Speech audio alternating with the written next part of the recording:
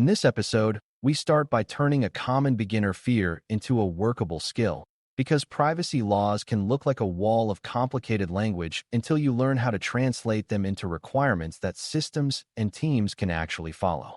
The CDPSE exam is not expecting you to quote legal text or to become a lawyer, but it is expecting you to read a scenario and identify what legal or regulatory expectations would matter, then decide what the organization should build, document, and operate to meet those expectations. That translation step is the heart of privacy engineering, because laws and regulations are written in broad terms, while systems require specific choices. The phrase concrete, testable engineering requirements means you can point to a rule, a process, or a control and say whether it is present and whether it is working, rather than leaving compliance as a vague promise. When you learn this skill, you also gain confidence, because you no longer feel trapped by legal language. You focus on outcomes, controls, and evidence. By the end, you should be able to hear a legal obligation and immediately think what it becomes in a privacy program, in a data flow, and in system behavior. The first thing to understand is that laws and regulations usually describe obligations in terms of goals, rights, and constraints, while engineering requirements describe behaviors and conditions that must be met. A law might say processing must be fair, transparent, and lawful, but an engineering requirement might say the system must capture a purpose label for each collection event and must present a notice that matches that purpose. A law might require honoring individual rights, but an engineering requirement might say the organization must verify requester identity, locate the relevant data across systems, respond within a defined time window, and keep records showing what was done. A regulation might require security safeguards appropriate to risk, but an engineering requirement might say access to certain data categories must be role-limited, logged, and reviewed on a schedule. This is why the exam often focuses on scenario decisions, because it tests whether you can move from broad obligation to specific action. When you practice, your goal is to convert words like must, ensure, and appropriate into measurable controls and evidence. If you can answer the question, how would we test that we comply? You are thinking like a privacy engineer. A reliable translation method starts with identifying what kind of legal expectation you are dealing with, because not all obligations are the same. Some obligations are about lawful basis and permitted processing, which influences whether the organization can do the activity at all and what permissions or notices are required. Some obligations are about transparency, which influences what must be communicated and how changes must be handled. Some obligations are about rights, which influences what operational processes must exist, how quickly they must act, and what data must be reachable. Some obligations are about data handling constraints, like minimization, purpose limitation, retention, and cross-border transfer, which influence how data flows are designed and constrained. Some obligations are about accountability, which influences documentation, oversight roles, and evidence. When you learn to categorize obligations, you stop treating laws as a single category of rules and instead treat them as different types of requirements that map to different program components. The exam rewards this because it leads to clear choices and questions that mix topics like vendors, requests, and incidents. Categorization also reduces confusion because you can focus on the relevant obligation type rather than trying to remember everything at once. Once you identify the type of obligation, the next step is to express it as a requirement statement that is specific enough to be tested. A strong requirement statement usually includes an actor, a trigger, an action, and a measurable condition. For example, if a law requires transparency, a requirement might say the organization must provide a notice at collection that describes the categories of data collected, the purposes of use, and the categories of sharing, and the notice must be updated when processing changes. If a law requires consent for a certain purpose, a requirement might say the system must record the user's choice tied to that purpose and must prevent processing for that purpose when consent is not present. If a law requires data deletion upon request in certain cases, a requirement might say the organization must locate and delete the individual's data in relevant systems within a defined time window, while preserving limited records where retention is legally required. The testable part is that you can check whether the record exists, whether processing is blocked, and whether deletion occurred. This approach turns compliance into something you can verify, which is exactly how the exam wants you to think. Laws and regulations also introduce the concept of scope, which is another area where beginners get stuck, because you must know what data and what activities the law actually applies to. Scope can depend on geography, like where the individual is located, where the organization operates, or where processing happens. Scope can depend on data type, like whether health-related information is involved or whether children's data is involved. Scope can depend on organizational role, like whether you are the entity deciding purposes or a vendor processing on behalf of another. Scope can also depend on context, like whether the processing is for employment, education, consumer services, or public services.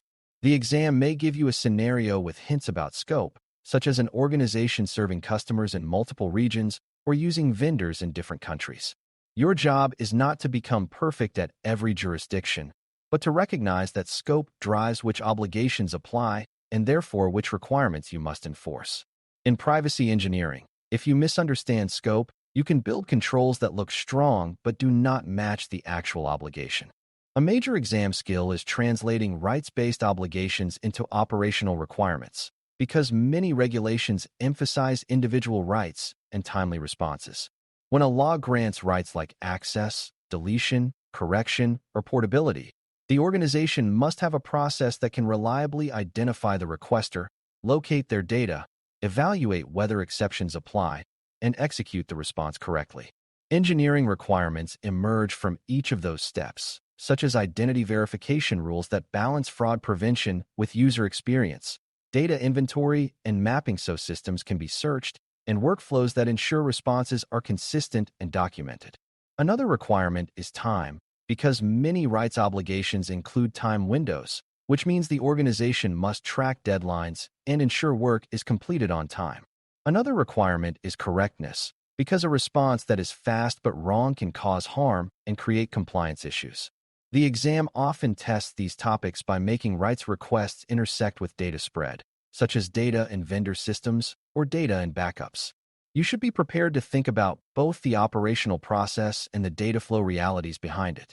Transparency and notice obligations translate into requirements that focus on clarity, completeness, and alignment between statements and actual processing. A privacy notice is not a piece of marketing language. It is a disclosure that must reflect what the organization is doing with data. Engineering requirements here might include maintaining an inventory of processing purposes and categories, ensuring notices reference those purposes, and having a change management process that triggers updates when data use changes. Another requirement is that notices must be available at the right time, such as at or before collection, and accessible in a way that people can reasonably understand. In some contexts, transparency also includes providing explanations of automated decisions or profiling, which can drive requirements around documentation of logic and meaningful information for individuals. The exam may test transparency indirectly by describing a new use of data and asking what should happen to remain aligned with obligations. In these questions, the best answers often combine updating notices with implementing controls that keep processing within the stated scope. In other words, transparency is not only about telling, it is also about matching behavior to what you told. Consent and choice requirements translate into requirements that are about state, enforcement, and evidence, because consent is only meaningful when systems actually respect it. A consent requirement might lead to a design where each purpose has a defined consent state, and processing systems check that state before using data for that purpose. It also leads to requirements around recording when consent was given, what information was presented, and how withdrawal is handled. Withdrawal is important because it means you must stop certain processing and also stop sharing for that purpose where applicable, which can require coordination across systems and vendors. The exam may present scenarios where consent is given for one purpose but not another, and the correct answer will reflect purpose-specific control rather than an all-or-nothing approach. Another common scenario is a change in purpose, where new consent may be required or at least new transparency and choice, depending on context. Beginners often treat consent as a checkbox at sign-up, but the exam expects you to treat it as an ongoing control with enforcement. If you can speak about consent as a system behavior and an evidence trail, you will score well on these questions. Retention and minimization obligations translate into requirements that define how long data is kept, why it is kept, and how disposal is confirmed. A law might require that data be kept no longer than necessary for the purposes, which means you need a retention schedule tied to purposes and categories of data. Engineering requirements might include tagging data with retention categories, implementing deletion or archival behavior at defined points, and restricting retention exceptions to documented, approved reasons. Another requirement is that retention must be consistent across copies, including derived datasets and vendor-held data, which is where many organizations struggle. The exam can test this by describing a system that deletes data in one place but keeps it in backups or analytics stores, and asking what should be done. The correct reasoning usually acknowledges that backups may have constraints, but the organization must still have a defensible approach, such as limiting access, setting backup retention, and ensuring data is not used beyond allowed purposes. Minimization also shows up in collection design, where you define what fields are necessary and make optional data truly optional. Treat retention as a control that reduces exposure over time, and remember that testable means you can show records and system behavior that confirm the schedule is followed.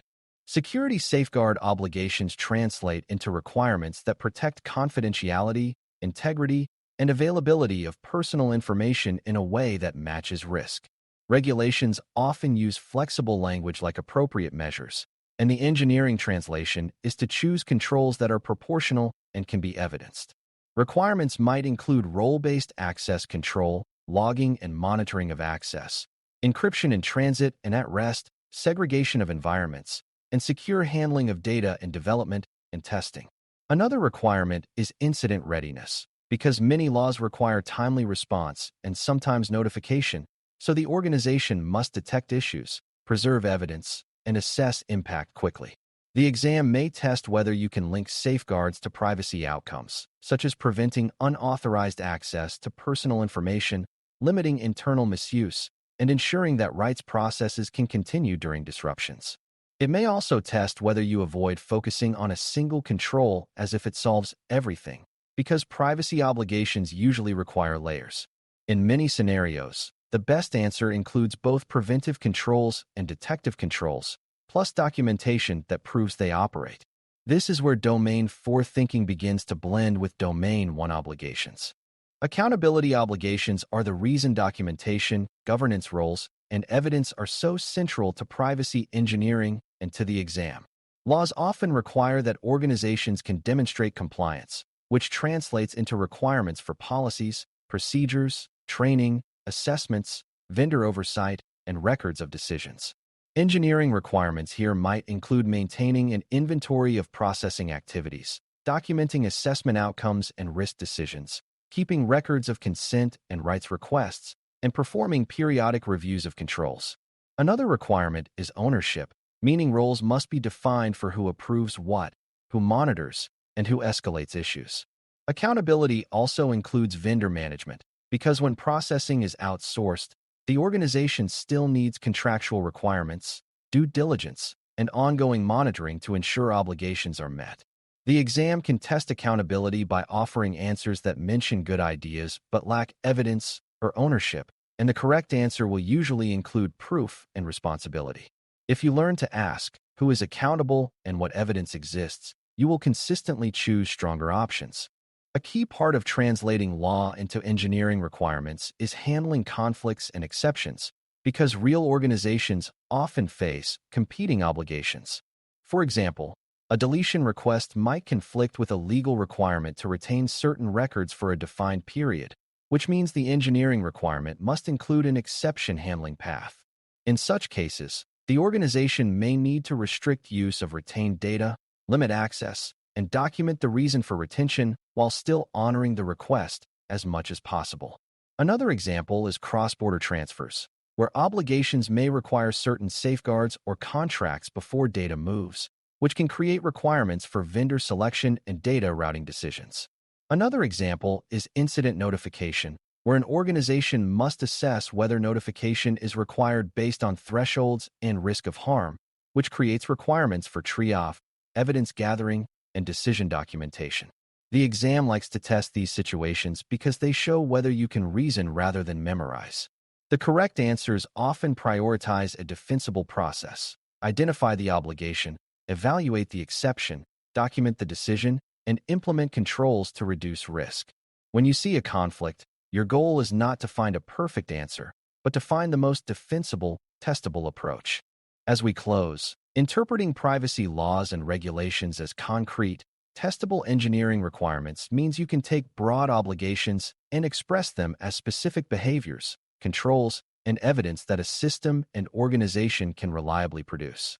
You start by identifying the type of obligation, such as rights, transparency, lawful processing, retention, safeguards, or accountability, and you translate it into requirement statements that include triggers, actions, and measurable outcomes. You pay attention to scope because geography, data type, and organizational role determine what obligations apply, and misunderstanding scope leads to misaligned controls. Rights and transparency become operational workflows and system behaviors. Consent becomes enforced purpose-specific states with records. Retention becomes schedules with verified disposal, and safeguards become layered protections tied to risk. Accountability ties it all together through roles, documentation, monitoring, and evidence that proves the program is real. The CDPSE exam rewards this translation skill because it is the core of privacy engineering, and once you build it, you can handle new scenarios with calm reasoning instead of memorization panic. Thanks for listening. For more audio courses, daily newsletters, and more, please visit baremetalcyber.com.